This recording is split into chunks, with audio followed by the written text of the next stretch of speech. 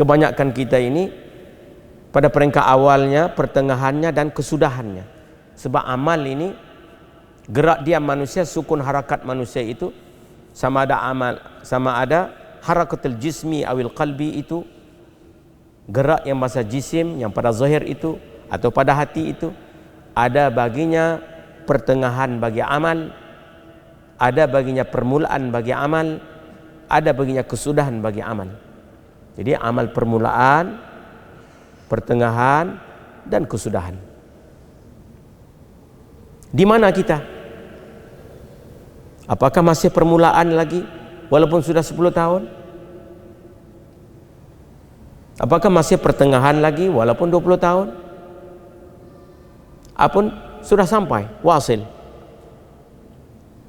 Sebab itu penjelasan bagi bidang amaliyah ini diterangkan juga amal wasat, amal pertengahan itu, amal mubtadi, amal permulaan itu, amal wasat itu, dan amal muntahi, amal yang akhir itu, amal yang kesampaian itu. Amal yang mana itu? Amal yang mana kita ini? Kalau tidak ada penerangan, kalau tidak ada penjelasan, bingung kita itu. Bingung itu tidak sampai kepada perhimpunan itu, titik perhimpunan itu, maqasid bagi kehidupan itu, tujuan bagi kehidupan itu, tujuan bagi ilmu yang kita baca faham ini, nak sampai di situ.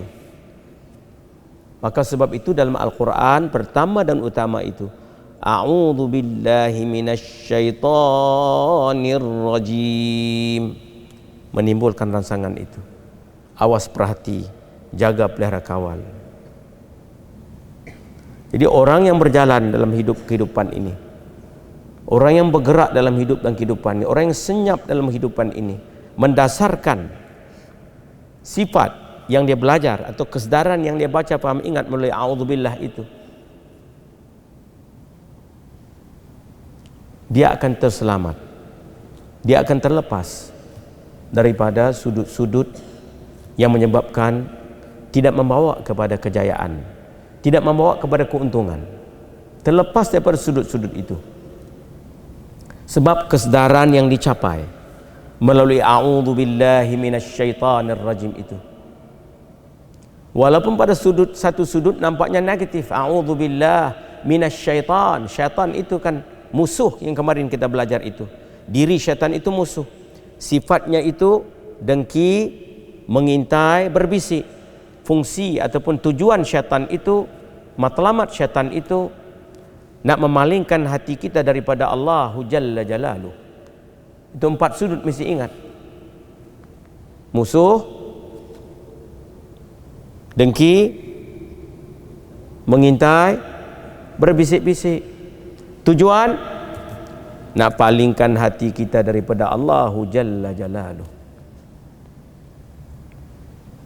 Orang yang sedar itu syaitan, maka dia akan berkata dengan sungguh-sungguh, a'udzubillahi minasyaitonir rajim. Yakni sebutan itu satu, kata dengan sungguh-sungguh itu dalam arti kata ingatan kepada sifat awas, perhati, jaga, pelihara, kawal itu mesra darah daging dalam dirinya itu. Macam contoh, kalau makcik dan pakcik itu nampak di tiang itu, makcik yang sedang tunggu bas dengan bagnya 2 kilo berat itu, bermacam-macam berharga di dalam itu. Bila makcik letakkan bagnya di atas lantai itu sebab lenguh, makcik kiri kanan memandang, tiba terpandang pada tiang di stesen bas itu, awas pencuri profesional berkeliaran. Bila makcik terbaca itu, apa hal makcik? Nak tinggal beg 2 kilo itu? Atau makcik nak baca, awas pencuri profesional berkeliaran, awas nak baca?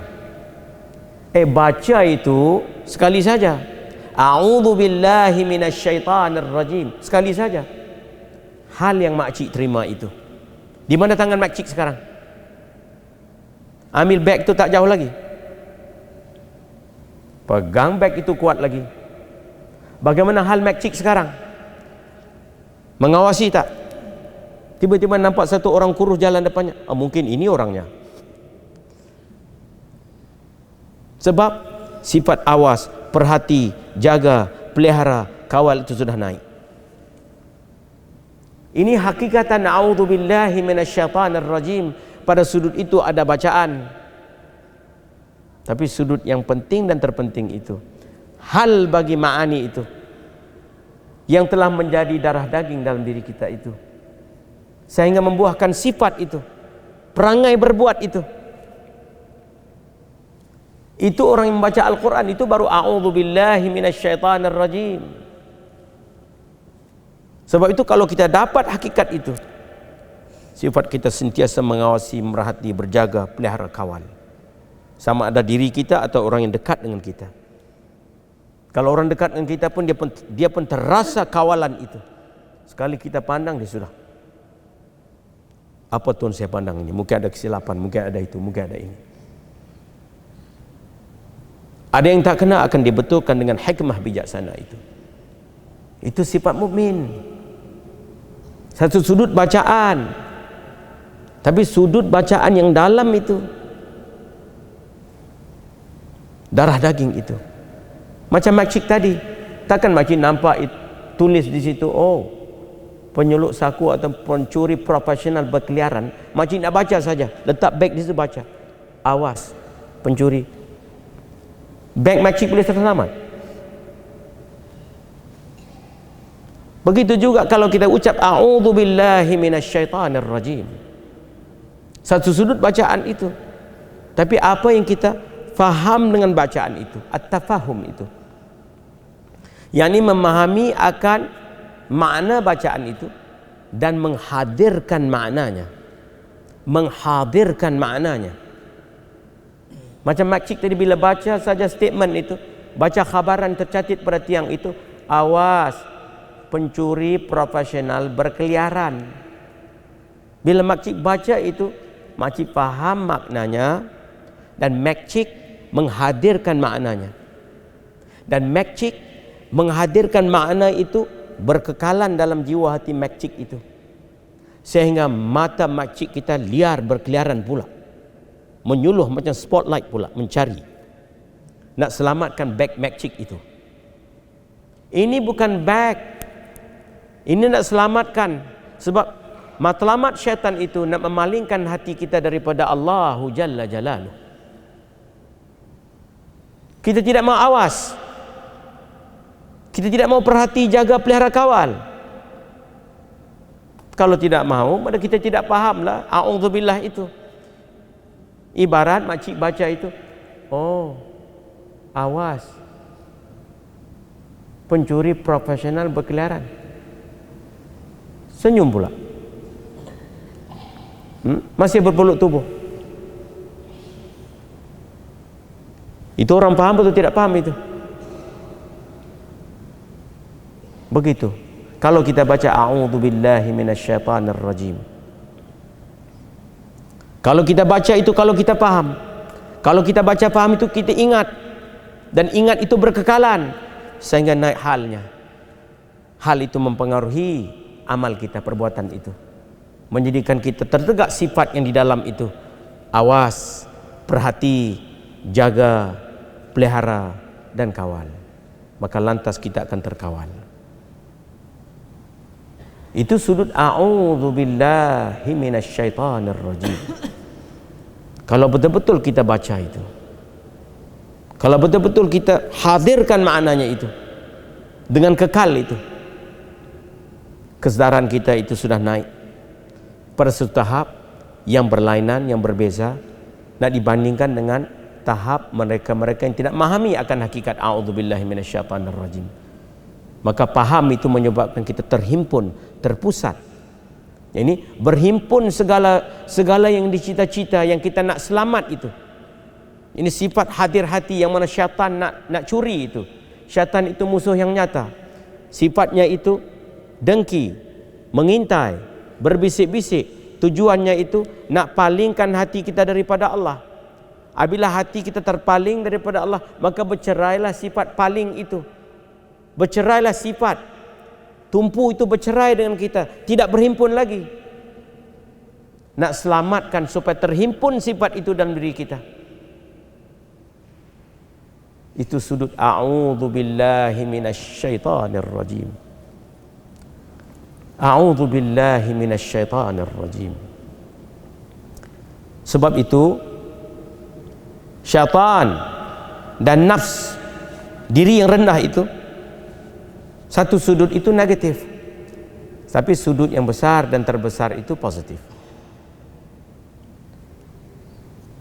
Fan nafs wa syaitan ni'matani fil batin. Nafsu dan syaitan itu ni'matani, dua nikmat fil batin.